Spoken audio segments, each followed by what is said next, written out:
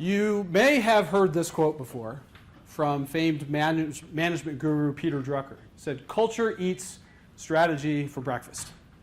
So Drucker is talking about the importance of culture to the success of an organization, even above and beyond certain things like its strategy, which many of us would also consider important. I'd be a little more surprised if you knew this little bit of trivia, that culture was the word of the year in 2014 from Merriam-Webster. So based on searches on its dictionary site, people were clearly interested in this whole culture thing. You may have heard somebody use this DevOps buzzword before. It's kind of a thing. And if you've heard this term, you may have also heard of this. This is an acronym that was coined back in the early days of the DevOps movement called CALMS. It stands for Culture, Automation, Lean, Measurement, and Sharing. It was coined by three guys, John Willis, Damon Edwards, and Jez Humble, three of the DevOps Illuminati, to describe what the key aspects of DevOps were. And as you can see from the acronym, culture is right there. It's the first thing. And then sharing, which is related to culture, is also embedded in that acronym. So we're going to do an exercise real quick. We're going to take 15 seconds, just on your own, think about how to describe your own organization's culture. And at the end of those 15 seconds, I'm just going to call randomly on some people, and you can give me your answers. So just think.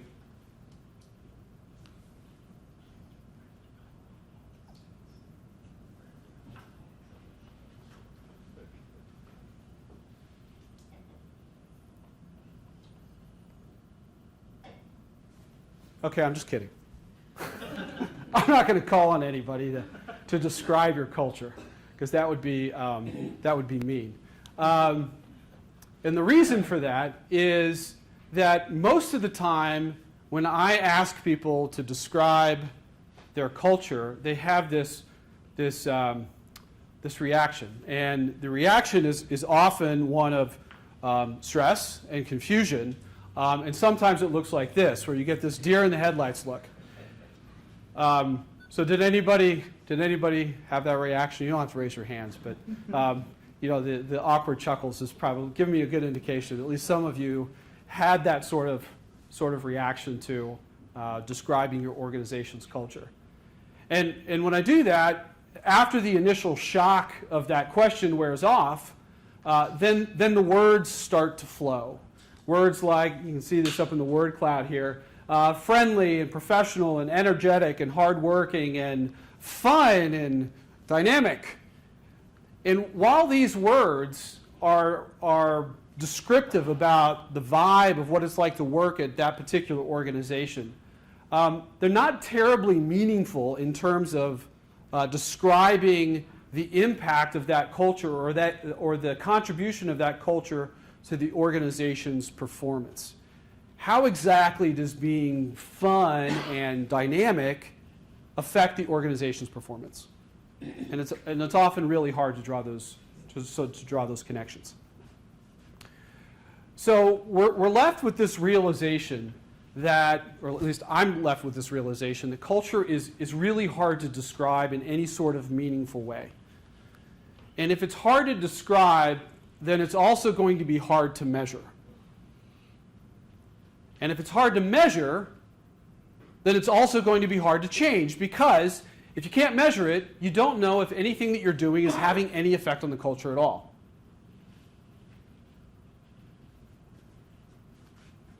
So what? So what's the big deal? So what if culture is hard to describe, hard to measure, and hard to change? What effect does that have? Why is that important? Well,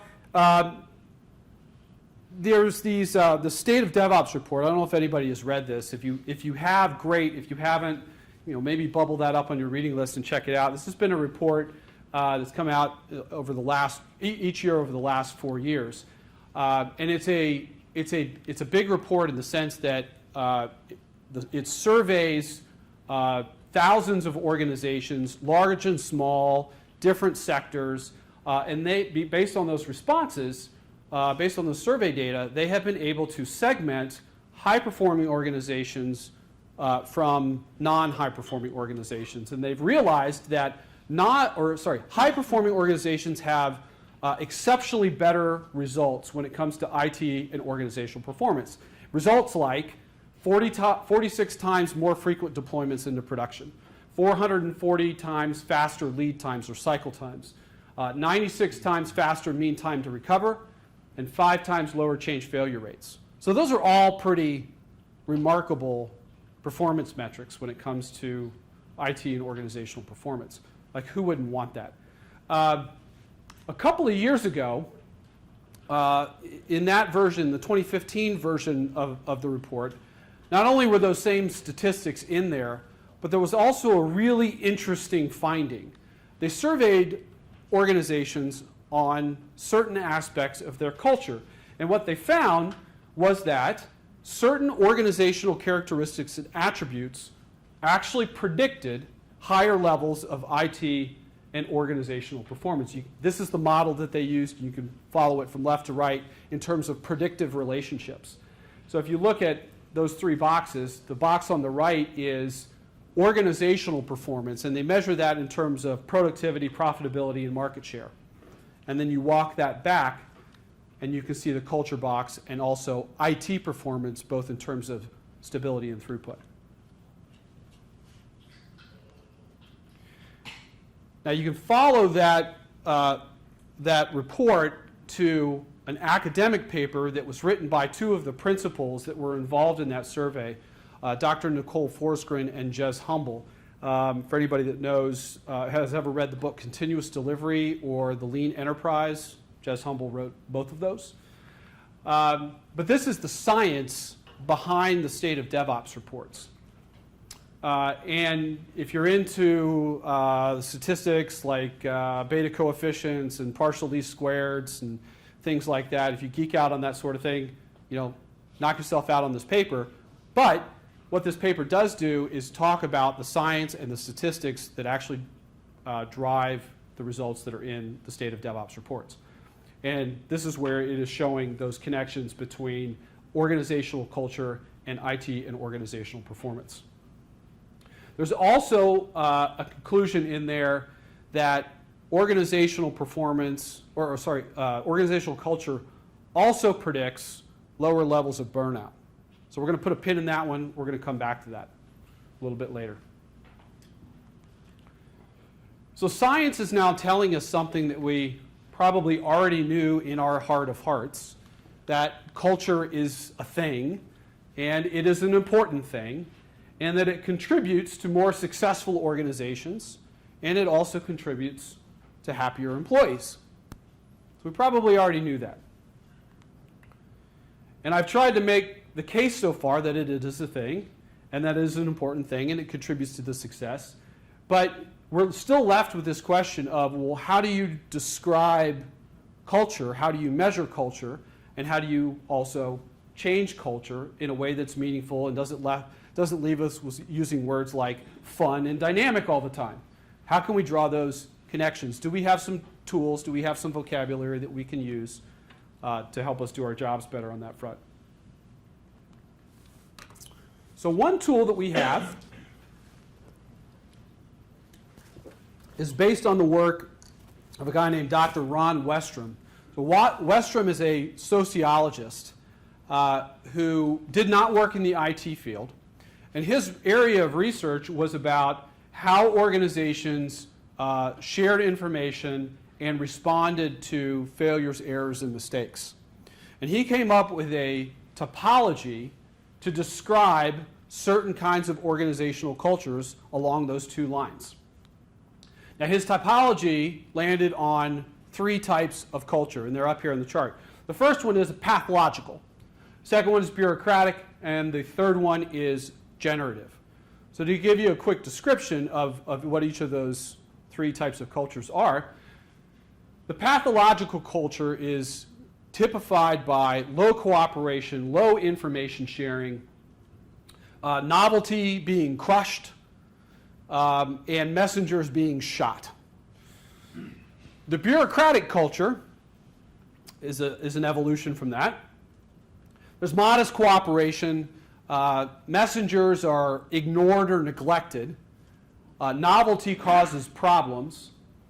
And then the generative culture is typified by high collaboration and high information sharing, especially across organizational boundaries.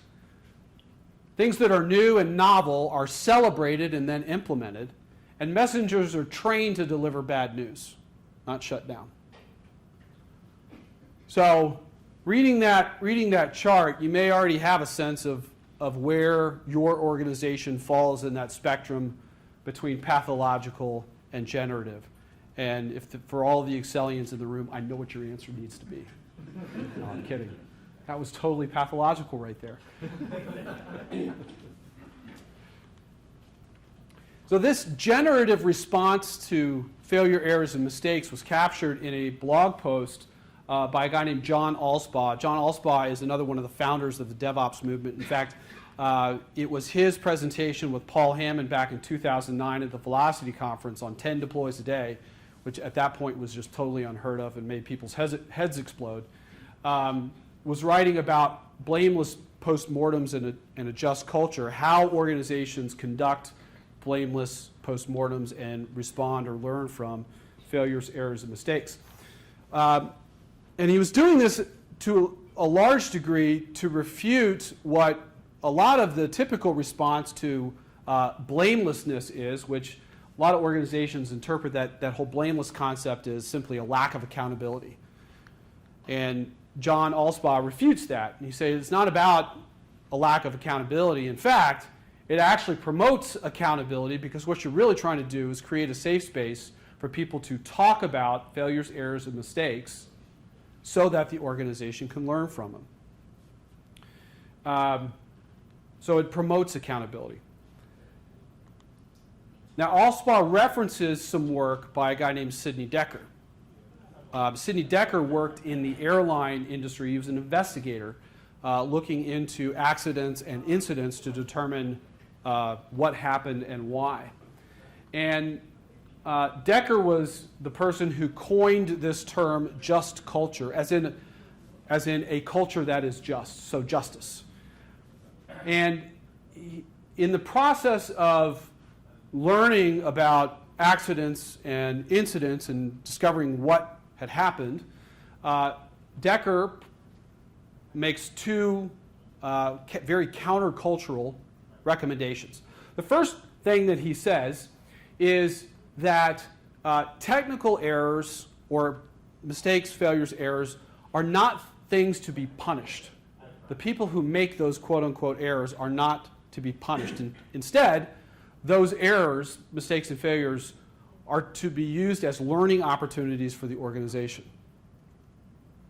And the second thing that he says is that failures, errors, and mistakes happen. You cannot avoid them entirely. So accept the fact that we live in a world that is complex, and if you accept that fact, then you also accept the fact that stuff happens. Just live with it. And hopefully learn from it what you can. Now he paints a contrast to those two recommendations using a case study of an organization that did not respond that way. One year, there was what's called a runway incursion incident. And the air traffic controllers that were involved in this runway incursion incident were being criminally prosecuted. So they brought criminal charges against these air traffic controllers. They observed that in the year following the start of that criminal prosecution, reported incidents dropped by 50%. Now, the reality is that the incidents were still happening. They just weren't being reported. That was the only thing that changed. And so what ended up happening was that the organization lost the opportunity to learn from those incidents and get better. And as a result of those lost opportunities, airline travel actually got more dangerous. bum, bum, bum. It didn't happen in the United States, by the way. So for those of you traveling at least inside the United States, that didn't happen here. So what we need to do is realize that we're trying to create an environment that balances both accountability and learning. And those two things can actually go together. It is not a zero-sum game. It is not a trade-off. You can actually get both things together. And what we are trying to actually do in order to get that accountability and learning is make people feel safer to talk about errors, failures, and mistakes so that we can learn from them. And the concept for that is psychological safety. So psychological safety, you can get a gauge for where your team or where your organization is by answering this question. If I make a mistake on our team, it is not held against me. How strongly do you agree with that statement? How strongly do you disagree with that statement, or are you all somewhere in the middle? And based on that response, you'll get a sense for how safe an environment you all have. Now, to reinforce this concept of psychological safety and give you some examples of it, Google did a study a few years ago of several hundred teams within Google. There's a great website for it, and I think I've got the link down there, but it's Google's Rework group. They have a whole ton of studies about how Google works and conclusions that they've made. In any case, in this study, they looked at the performance of several hundred teams within Google, and their conclusion was that psychological safety was, quote, far and away the most important dynamic that set successful teams apart from other teams.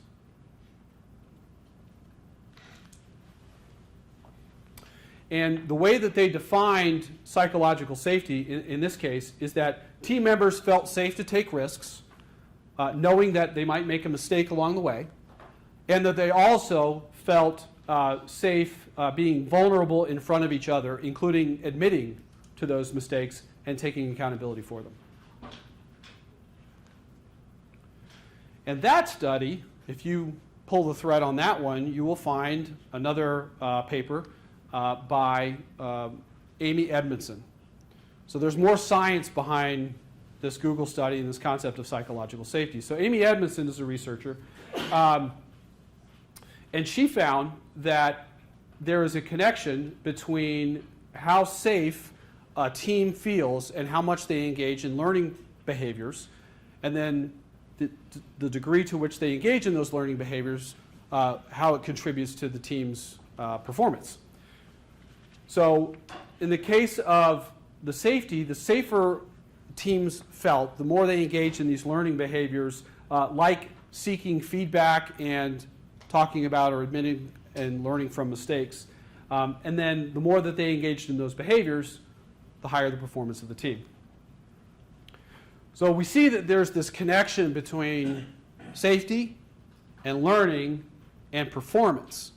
The safer you feel, the more you learn, and the more you learn, the better you perform. Easy peasy. So we've covered this culture thing. We know it's a thing. We know it's an important thing. We now have some more tools, frameworks, vocabulary for how to describe culture, what to look at, terms that we should be looking at, questions that we can be asking. And at the end of all of that, we may realize that we don't exactly have the culture that we want to have. That we may not be as far along on that Westrum typology as we would like, or we don't have the level of psychological safety that we need to engage in those learning behaviors and improve our teams and our organization's performance. So if we're left with that conclusion, then now what? Like, what the heck do we do about that? So I'm going to give you a few tactics that you might consider using. So the first one is that we can assess our culture. So again, if we can describe it, we can measure it. If we can measure it, then we can do an assessment and figure out where we stack up on certain things. And so one example of this that I think is pretty cool, so Gene Kim, Jez Humble, and Nicole Forsgren, I think now a couple of years ago, started this new company Again, remember, they were the principals behind that State of DevOps report. They started a company that was based on the research that they did through the State of DevOps report. So they did something really cool. Warning, this is going to sound a little bit like a commercial. I'm not intending it to be that way, but I think they're doing something pretty interesting. So they packaged up the survey instrument that they used for the State of DevOps report, along with all of the data that they have collected. And they've packaged it in a way that companies and organizations can use that as a service to assess their own practices relative to a lot of these things that are important for high-performing organizations. So Capital One and Verizon, I know, have both used DORA at a very large scale and have done it with some pretty good results. In addition to a lot of aspects that are related to DevOps in particular, and a lot of things that we're probably dealing with day to day more generally, like lean, like automation, like measurement, DORA will also give you some insight into some of these cultural aspects and characteristics of your organization, like Westrum, like climate for learning, collaboration, even job satisfaction within the organization. And the other thing that it will do, that I also think is pretty cool, is it will also give you how you stack up relative to industry benchmarks, both in terms of high-performing organizations and then just also the industry in general. Now, DORA also isn't free. It comes with a price tag. So if we're living on a budget or want to do something a little bit more homegrown, then another alternative is to go to that research paper from Jez and Nicole, and they list all of the questions that they use to run the State of DevOps report and identify which of those questions are related to culture. So these are 7 of them, or these are the 7 that they used to assess culture and get the responses. They're all based on a Likert scale, 1 to 7, strongly disagree to strongly agree. So we're going to run our own quick cultural assessment. What does the DCSUG culture look like? So there are note cards and pens on each table. And this is all I'm looking for. I'm just looking for 7 numbers. 7 numbers. So for each of these questions, what is your response to that? From strongly disagree to strongly agree, there's the scale up there. I'm just going to look for eyes again to figure out when we start. Culture at DCSUG or our culture? Your culture at the places you work, the teams that you work on, sorry. Okay. The amalgamation, sorry, I wasn't clear about that. I was getting a little nervous. Yeah. No, I know what those are. No. So just think about the teams and the organizations that you're working in. If you were filling out this survey for that organization or that team, what would your answers be? And I'll collect all those up. It's totally anonymous. You don't have to put your name on it. But and then I'll provide the results back through Brian just to see if we see anything interesting.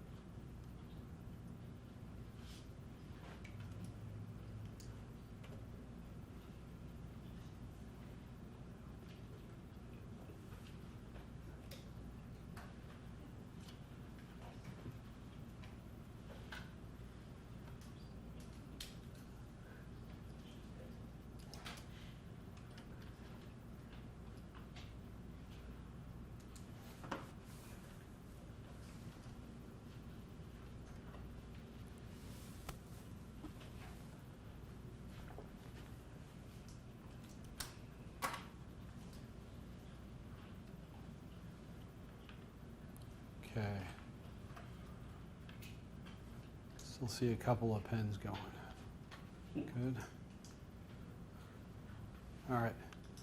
Cool. So just throw all those cards into the center. Don't mix them up with the cards that weren't written on, and then I'll come back at the end and pick them up. And then, like I said, I'll push them all into a spreadsheet and then share it back out through Brian. All right, so in addition to assessing our culture, we can also use a tactic that's around education. We can educate people on what this whole culture thing is all about. This is an example of that, I hope. I hope you all are learning something. By the way, how are we doing? Are we learning stuff? I don't know. Okay, thumbs up. Okay, good. All right, we'll keep going. All right. So we can educate people on the effect that culture can have on individuals, teams, and organizations. And for all you 80s children, you should know this. Knowing is half the battle, right? Right? Come on, chuckle, chuckle, chuckle. All right. All right. So when we are trying to educate, one of the practices that I have found effective is to speak to both the head and to the heart. So when you're speaking to the head, you're using logic and numbers and studies and statistics and things like that. You're speaking to the logical side of the brain. When you're speaking to the heart, you're making it personal. You're trying to connect with the emotions. It's about the human element of culture and the impact that it can have. So here's what I mean by that. So if I'm speaking to the head, I am connecting things like all of those research papers from Jez Humble and Nicole Florsgren and the State of DevOps Reports and Amy Edmondson's research and Google studies, and all of those statistics and numbers and logic and science, and I'm connecting that to the impact that it can have or the effect that it can have on IT and organizational performance, throughput, stability, profitability, productivity, and market share. And that's great. And hopefully that will land somewhere. At least let me engage in a conversation.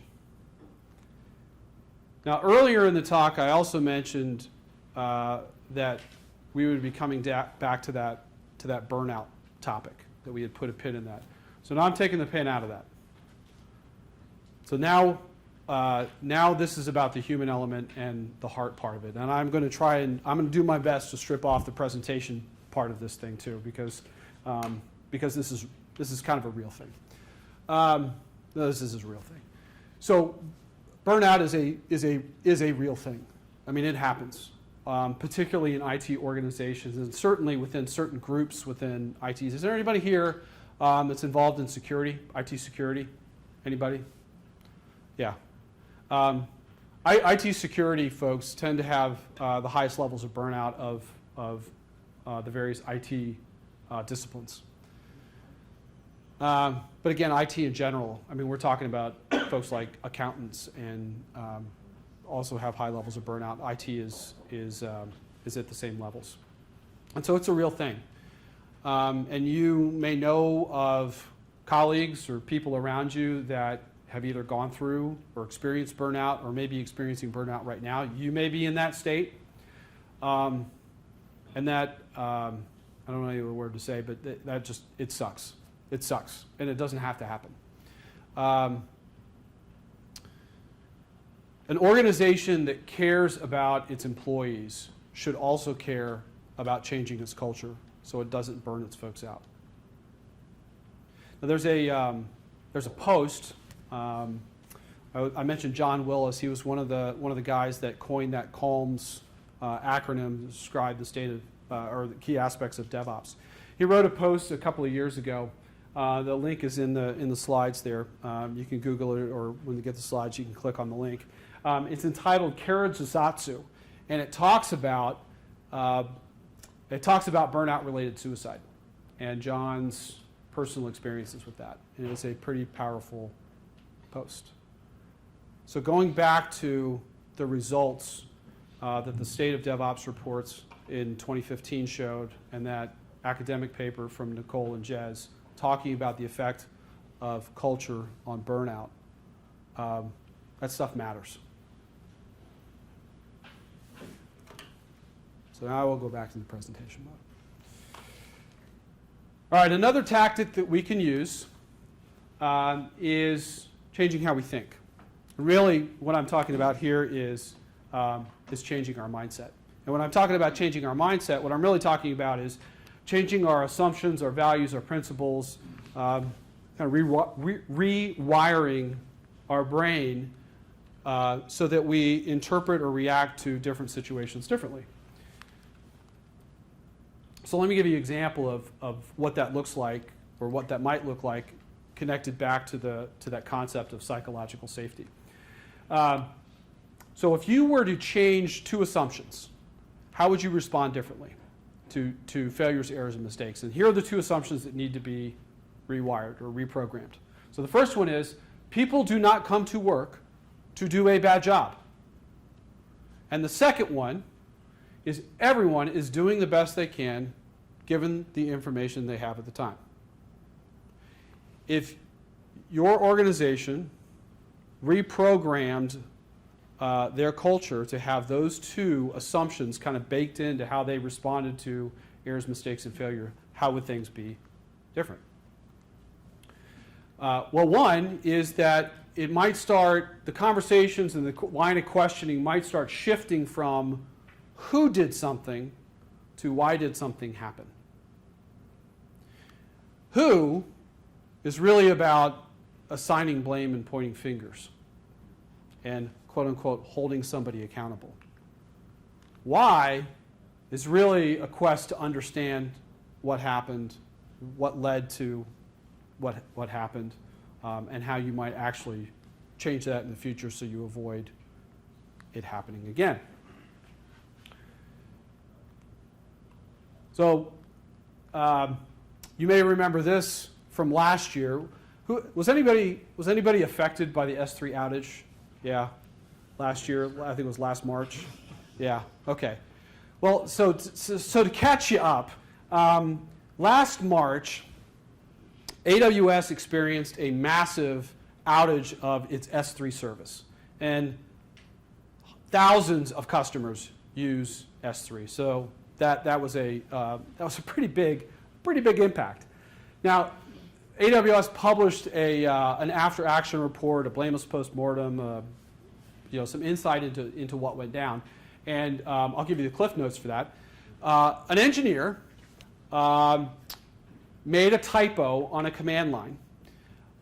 The engineer was intending to take down a few servers related to the S3 billing system, which was a non-critical system in terms of providing service out to AWS customers.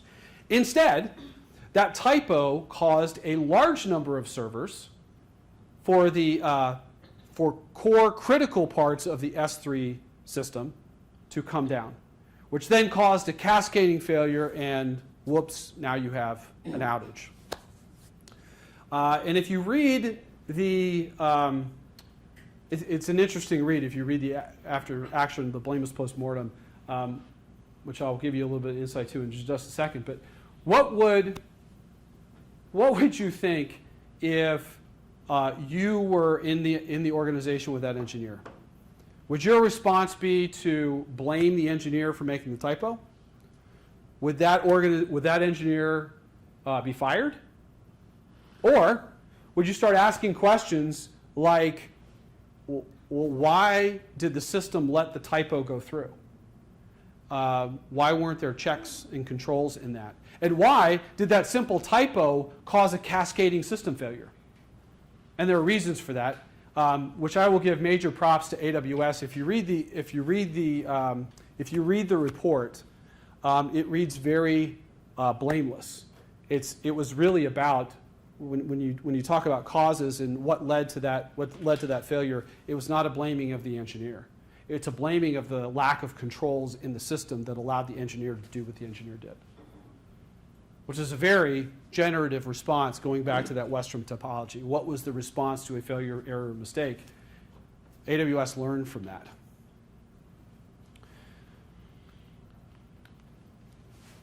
On the other hand, there are other organizations that did not have the same sort of response that AWS did, namely the U.S. Navy. Wow. So last year there were there were 2 ship-to-ship collisions involving 2 different U.S. Navy ships. One was the USS Fitzgerald and the other was the USS John McCain. Both of them collided with big cargo container ships. And the U.S. Navy did a report. They did an investigation of both of these incidents, and they came to what appears to be very different conclusions about how those incidents happened. They blamed it on human error. And here is the quote from the release from Admiral John Richardson, who's the Chief of Naval Operations. So John Richardson, Admiral Richardson, is basically the top naval officer in the Navy. Chief of Naval Operations, that's that post. So you can see that bolded statement. The bolded statement is mine. Multiple failures by watchstanders. So here's the disconcerting thing. This is kind of a bit of a rabbit hole. John Richardson, Admiral Richardson, was the chief of the U.S. Navy's nuclear propulsion program, which has a remarkable record when it comes to performance. At one point, they had 5,700 person-year reactor hours without an incident. And they had very much this learning culture. So he was the head of that organization for about 2 years. So I'm left kind of scratching my head. There might be more to that quote. So if anybody knows more about that, I'd love to hear it because it just doesn't stack up right. But here's the report, and again, there's more human error. Bold statements are mine. Poor judgment and decision making of the commanding officer. No single person bears full responsibility for this incident, meaning many people bear some responsibility for this incident, and the crew was unprepared. And then if you go into the report itself and you look at both of these incidents, the conclusions that they came to was basically insert position here, failed to insert action here. And there's probably 5 or 6 of those different statements. So it's all about human error. In many circles, namely the blameless culture, the safety culture, those sorts of statements are considered cop-outs. They're too easy. There's usually a second story. I would disagree with you. If you have served in the armed forces, you'll know the reason for that. Okay. And the commanding officers are actually getting charged criminally. Yeah. For both the. I would. That is not unusual. Okay, so not unusual. Not unusual. So I would love to talk to you about that afterwards. Yeah, I'm not saying it's I'm not saying it's unusual. I'm saying it may not be best, but we'll talk. Yeah, I would love to hear that other perspective on that.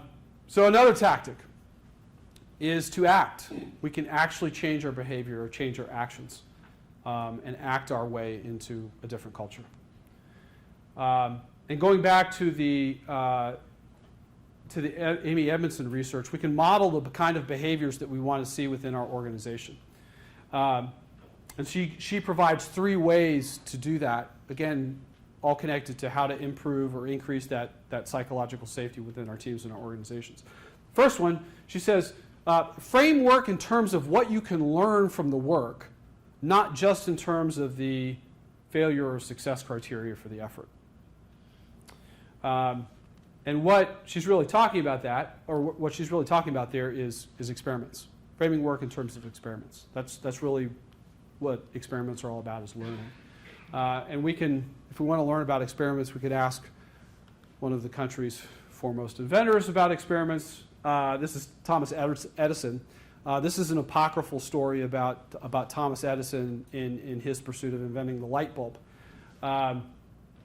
He was asked by a reporter, whoever was interviewing him at the time, that didn't he ever get discouraged by the number of failed experiments that he had, how many different failed experiments he had in the course of inventing the light bulb, and the number was 700. And Edison's response was, I have not failed 700 times. I have not failed once. I have succeeded in proving that those 700 ways will not work, and when I have eliminated all of the ways that will not work, I will have found the one that did. So that's kind of the attitude that we want to have about learning within our organizations. And I'm going to thank Andrew for this one. He took a look at the slides and the talk before I did this. So if you don't like anything, blame him. No, that's bad. That's exactly what I didn't want to do. There's pathological again. So he turned me on to this this construct from Jürgen Appelo, who I believe has talked here. Maybe it was like a year and a half ago or 2 years ago. Last summer. 2 summers ago. 2 summers ago, year and a half. Okay. So he's the Management 3.0, Managing for Happiness, I think was the term. So this is his construct, a celebration grid. And he uses these with teams and organizations to try and push people into that green middle to do more experimentation. Stay away from the stuff that's red. Go for the stuff that's green. It takes a little bit of time to process exactly what that celebration grid is trying to figure out. You've got mistakes on the left. You've got practices that are baked into the right. That diagonal line that cuts across splits the response of, or sort of the outcome of success and failure. So the pathological response to failure is in that red spot. That's the WTF moment, is blaming somebody for making a mistake. And you want to be in that green, and in fact, you want to be in that fat middle green part because that's where experimentation happens. And I think, Andrew, you're using this on one of our teams? Yeah. Cool stuff, man. Experiment away. Now, having done some experiments within Excella and within my own teams, and just as a backdrop to provide a little context, my unofficial title here is Chief Troublemaker. So, and business is good. So I have learned some things about experimentation and the experimentation approach that I would like to pass on to you. First of all, when you are engaging in an experiment or proposing an experiment, do get commitments from all the people who are involved in that experiment, who are going to be involved from start to finish. That's a good idea. Get commitments up front. Don't surprise anybody down the road or force people's hands. That's generally not a good thing. Don't use an ad hoc or an improvisational approach. Experiments are not optional work. We don't just abandon work in the middle of doing it. Experiments are designed to be structured. They're actual work intended to produce a business outcome, which is learning. So do use the scientific method. Do be rigorous about what you hope to learn from that experiment. Do be rigorous about your hypothesis and how you will know whether your hypothesis is valid or invalidated. And then also don't use experiments as a tool for evil, like I did. Come on, that's funny right there. I got a couple of likes on that one. Yeah, don't do this. Don't do what I did. And in fact, coming back to Edmondson's 3 suggestions, I just modeled number 2, which is acknowledging your own ability to make mistakes, your own fallibility.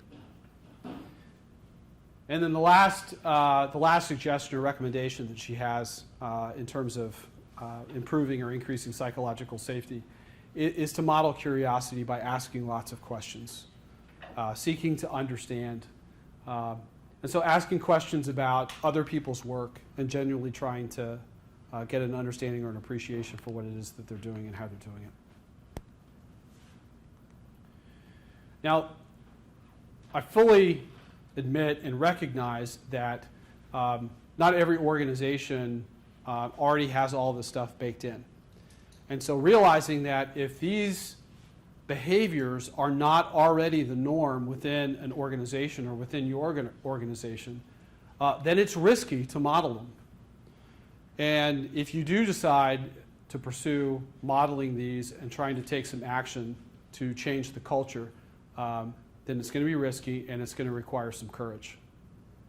And I'll also say that courage is one of those attributes for many of the great heroes.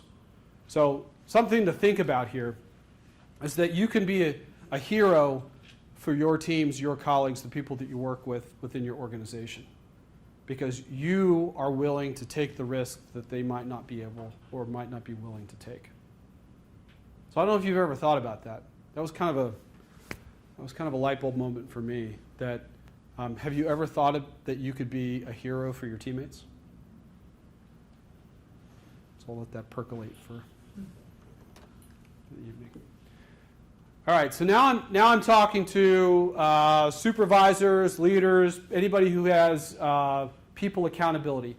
If you have people accountability, can you raise your hand? Everybody? Okay. All right.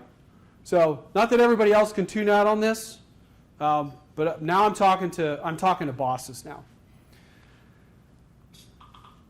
So so this is W. Edwards Deming. Deming was an engineer and a management consultant, among other things, in the last century. And he led the industrial reconstruction in post-World War II Japan. And he's the reason why a lot of us are probably driving Japanese cars today. Because the Japanese auto industry ate our lunch in the 60s, 70s, and 80s in particular. Well, Deming came out with a book in the early 80s. It's called Out of the Crisis. And it documented what he called his 14 points of management. And these were the principles that he used to guide that reconstruction effort, the lean manufacturing movement. That's where that started. And these 14 points were the management principles that he used. And if you look at the Agile Manifesto and you look at a lot of the practices that we follow and the principles that we believe in today, a lot of them actually have their roots in Deming. It's pretty neat. It was an eye-opening experience for me when I read the book to think that he was doing that stuff probably 60 years ago. Well, this is a quote from his book, and it's talking about the perspective of employees and results and the performance of the organization and the results that you get. And he's talking about what a typical management response to failure is, and that's to blame the employees. If only employees would do the things that we told them to do in the way that we told them to do them, we wouldn't have any of these problems. And he says, pleasant dreams. Pleasant dreams. I love this quote. Pleasant dreams. The workers are handicapped by the system, and the system belongs to the management. So to bosses, supervisors, people who are accountable for other people, if you're not getting the results from your team, look in the mirror, because you own the system in which they're operating. So by the way, I'm looking at myself when I say that too, because I'm a boss. But there is hope. There is hope for all of us bosses out there. You're also a role model for your teams. And what you do and how you behave and what you say, even how you think, can rub off on the team. So I've explained this. I've tried to explain this quote to people inside of Excel, and I have to do it all the time. But there's a quote that I use. It's called "Speed of the leader, speed of the team." The leader sets the pace. The leader sets the environment. The leader, in many cases, influences or even influences the results from the team. The role of the leader is really important. Another important aspect about supervisors or leaders is that you also control a really, really important part of the system, part of the environment, and that is the consequences and rewards for certain behaviors. So if you want to change the behavior of the team, then you can change the consequence, reward, and incentive structure for that team, to the degree that you can anyway. And by doing that, you will often influence, at least extrinsically to start, a different set of behaviors that will take the team in a different direction, and again start to influence or change the culture in the direction that you believe is best. So I'll give you an example of what the effect of change in leadership or change in supervision approach can have. So So I've got it up here, this picture of Numi. This is famous. What's that? This is famous. It is, yeah. Nova, so- right? Nu- Nova. Numi. Nova was the manufacturing Nova, right? That was the first car that they First car. manufactured off the line. A yellow one, Almost, a yellow one, in fact. All right, so you're way ahead of me now. You got it. No, it's good. It's great. I'm glad somebody. Yeah, man, right there. Okay. So here's a little. I think kind of a really not kind of. It's a really interesting story. Toyota and GM entered into a joint venture in 1984 around this Numi concept, and it was in GM's old Fremont, California facility. And so to give you a little bit of the backdrop or the context of what was happening here, Toyota was getting crushed because of tariffs on imports into the United States. So they wanted a US-based manufacturing facility to serve as a home base for them. GM wanted to learn about lean manufacturing techniques from Toyota because Toyota was eating their lunch. They were getting crushed. And so they looked at this as a win-win, so they entered into this joint venture. Now, even more context to this story, I mentioned that they went into this joint venture at GM's old Fremont facility. Well, the thing is that GM had closed that plant 2 years prior. They closed it in 1982. They shut it down because of quality issues, inefficiencies, and in no small part because of the workforce. Quote, unquote, the GM Fremont employees were considered the worst workforce in the United States automobile industry by the United Auto Workers. Just to give you an idea of this, there's two anecdotes that when I was reading about this, and I find this totally fascinating. The GM Fremont employees would sabotage cars. For example, by putting Coke bottles into the doors, so that when you open and close the doors or when you drove the car, the Coke bottle would rattle around and annoy the driver. So that was one. Even worse, sometimes their absentee rates were so high that they would not have enough employees show up in the morning to start the line, to actually make cars. So what the managers would do is they would walk across the street to the bar, grab the employees out of the bar, pull them back into the facility, and then they would have enough employees to start the line. So you can kind of get a sense for why they shut this plant down. And so GM and Toyota enter into a joint venture around this plant. Oh, it gets better. So I mentioned the plant was the same. Here were some other things the same. The new venture, Numi, rehired 85% of the same workforce. You're going, what? It's crazy. Here's a metric. In 1978, it took an average of 43.1 labor hours to produce a car. So you don't have a reference point for that. Neither do I. But 43.1. That's a number that's meaningful in the context of this next one. Just keep in mind, 1978, 4 years before the plant shut down. That was still all GM at this point, 4 years before it shut down. 2 years after the joint venture, 20.8 labor hours. They had doubled the efficiency. Same plant, same workforce.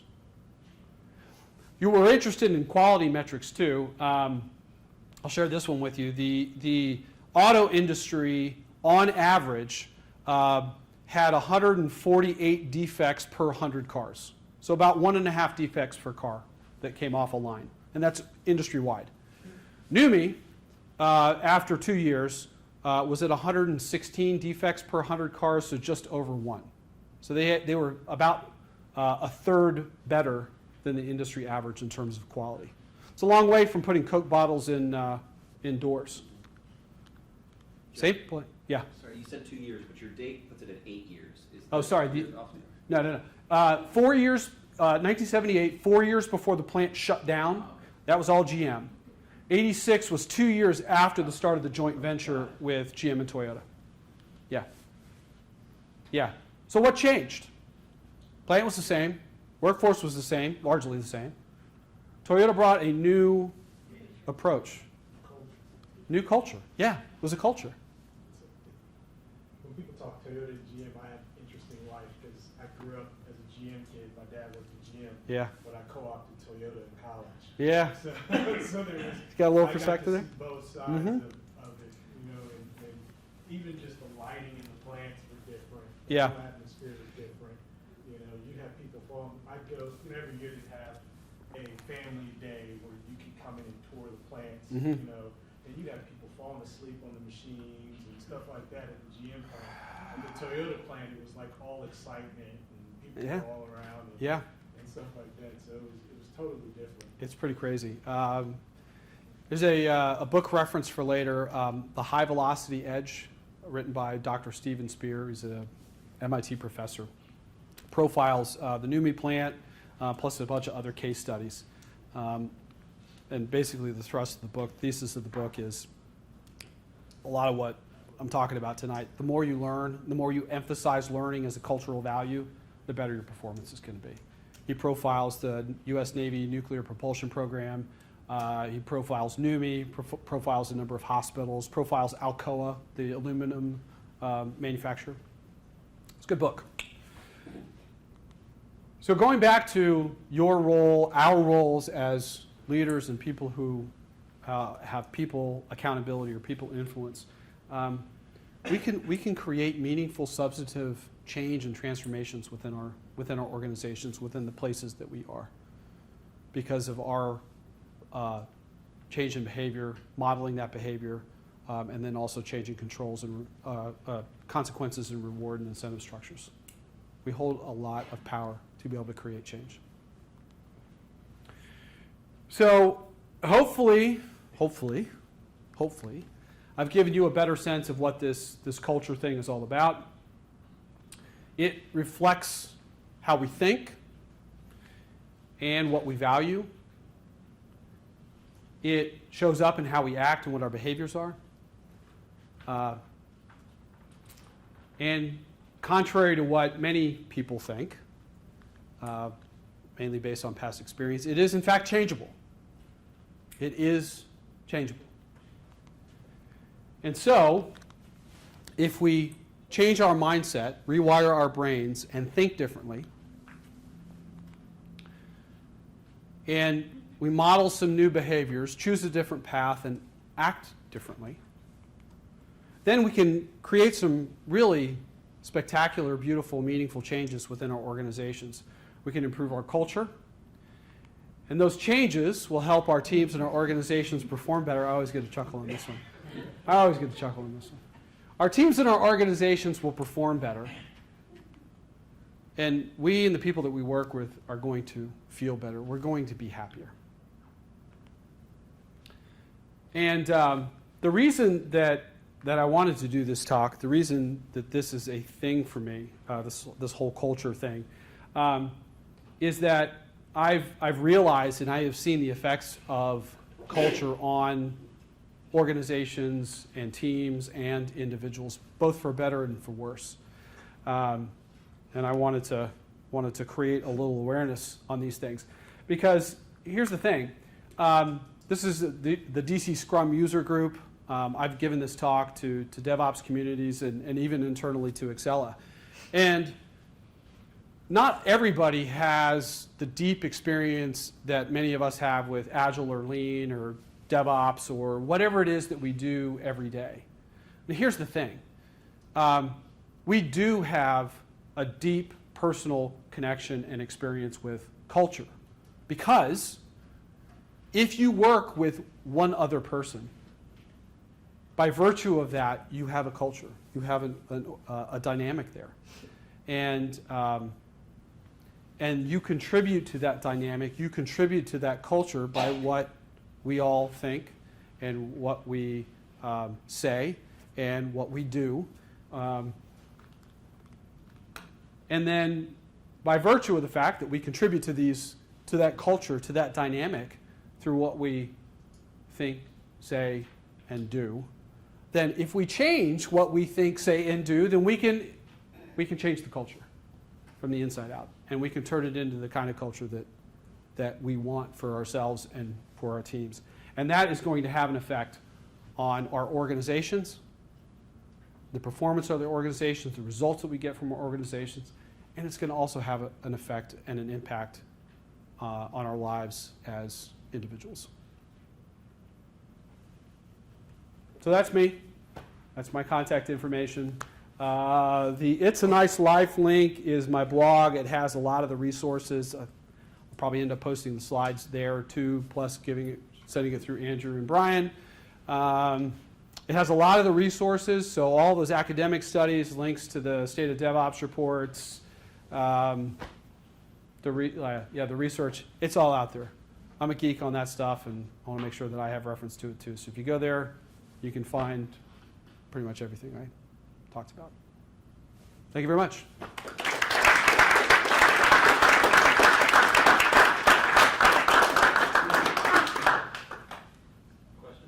Oh, yeah.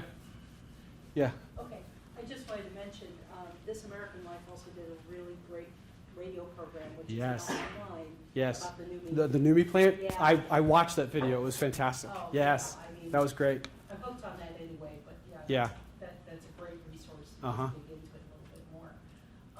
The other thing I was picking up on, I don't know if you've seen John Cotter's book called Leading Change. Okay. It's on my reading list. It's just Yeah. really thick. But you can also cheat and look it up online, because he's got like a 2-page article. Oh. Some I think I have that. It's like, it's either, what is it, the 8 or 10 steps that he's got, and Yeah. don't skip any steps or you're going to have to go back and read. Yeah. That's, I would say skip the book, read the article, from my experience. yeah. Yeah. I think it was in the Harvard Have you Business read that? Review Yeah. Harvard there's like Business a 10 or Review 12 page. Yeah. reprint. Yeah. That's worth it. That's a great, that's a great resource. Absolutely. Yeah. There's Thanks. also another really great resource on engaging with people, both from their hearts and also from their head. Chris Voss, Never Split the Difference, Mm. was the FBI's lead international terrorist negotiator. And not too surprisingly, he found that whenever you start on a negotiation, you're engaging with that person on an emotional level, not on a Yeah. logical level. Yeah. So you have to start with the emotional side first.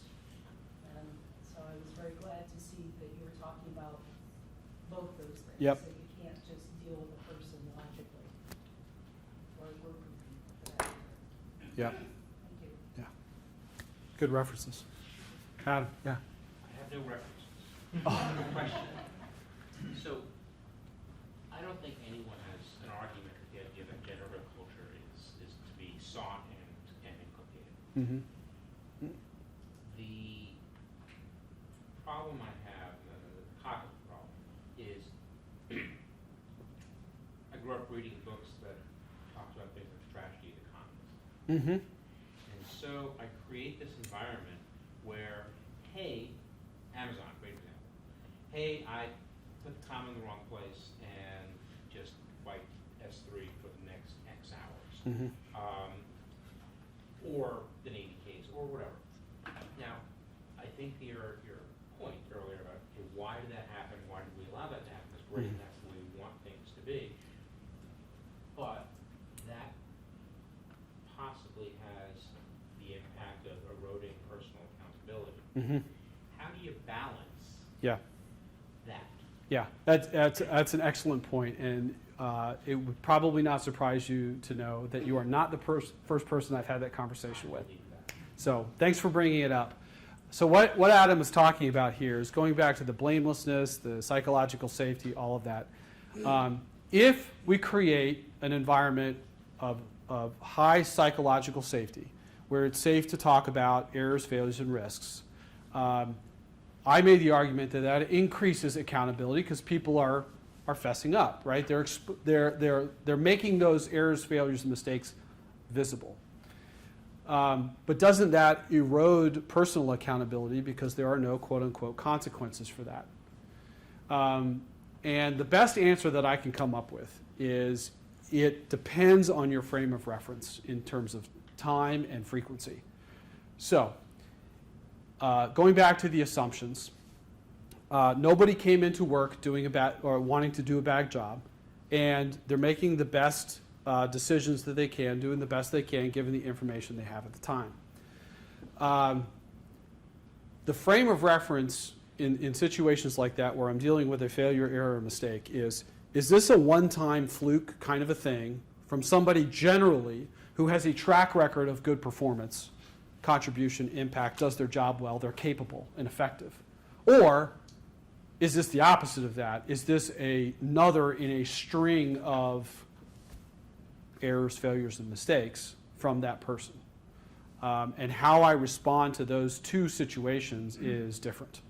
In one case, I'm really looking at the system and why did the system tell that person to do what they did that ended up causing the bad outcome that we wanted, and what might we do differently to the system to change that, learn from that, and then change it. And in the other case, maybe we've got somebody who's just not a fit, or not in the right seat on the bus, or not in the right role, or yeah. Because I've done all of these other things, and yet it still continues to happen. Those are two different situations. I would add to it that it also depends on the reaction of the person. Because if the person learns something from it, and you see, as you said, if there is good performance overall, and even if this person made second mistake, but after the first one, learned something, Yeah. and the second one is different in nature. Yeah. That's still okay. Yeah. If there is a learning, there is this good intention, maybe this person needs more training, maybe they don't have all the information. Yeah. But if the person dismisses that, oh, it's okay to make a mistake and I do nothing about it, that shows you the attitude. Thank Yeah. you for saying that, because I do have a reference. And the book is The Generals. And it is about how the philosophy of officer evaluation in the American military changed markedly from the Second World War to the current day. You could get relieved of division command as a 2-star in World War II, retired 22 years later as a 4-star. Because you just weren't the right guy at the right time in the right place, but it doesn't mean you're a bad guy. It means we need someone else and you need more training. Today, you have to walk on water for your entire career, or puff, you're gone. And the book is well written, it's well, anyway, great book. Yeah. But even It that, says exactly what you just said. just real quick to Jeff's point, to what I've experienced, certainly when you get that that psychological safety built up, they almost feel an accountability towards the whole system, like to the, like I want to not fail these people and the team and whatnot. So that takes a while for it to kind of rise up, but that's what I've certainly experienced is when you get that strong psychological safety, it's not so much like, well, I'm going to go start pointing fingers at anybody, but they just hold themselves more accountable. Thanks. Just a little curious, took Excel as an example. So you're a services provider, and you try to run this organization by these principles, but the clients that you have don't. They're hiring you to deliver an application, a service, product, whatever it is, but Yeah. not to come in and change the culture. How do you bridge that? How do you navigate that? Yeah.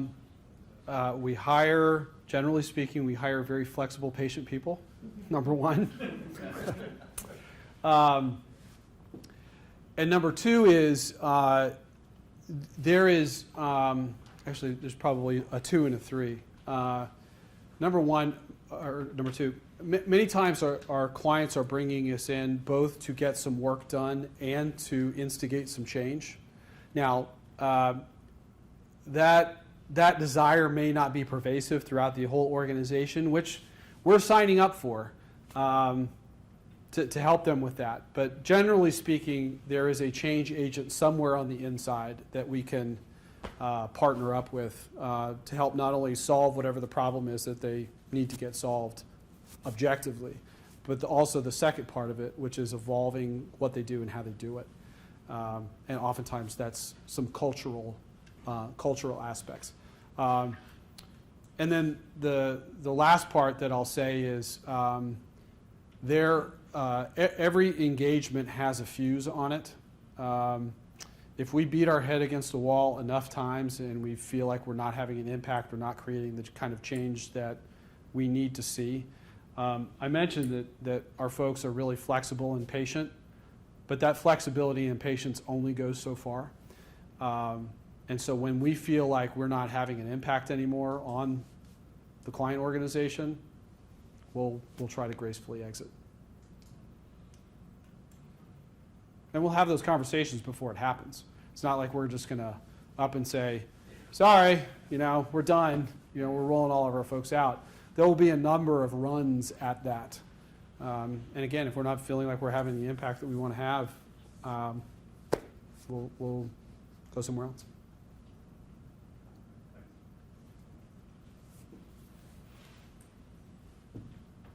Any other questions? We'll let 10 seconds of awkwardness go. All That's right. fun.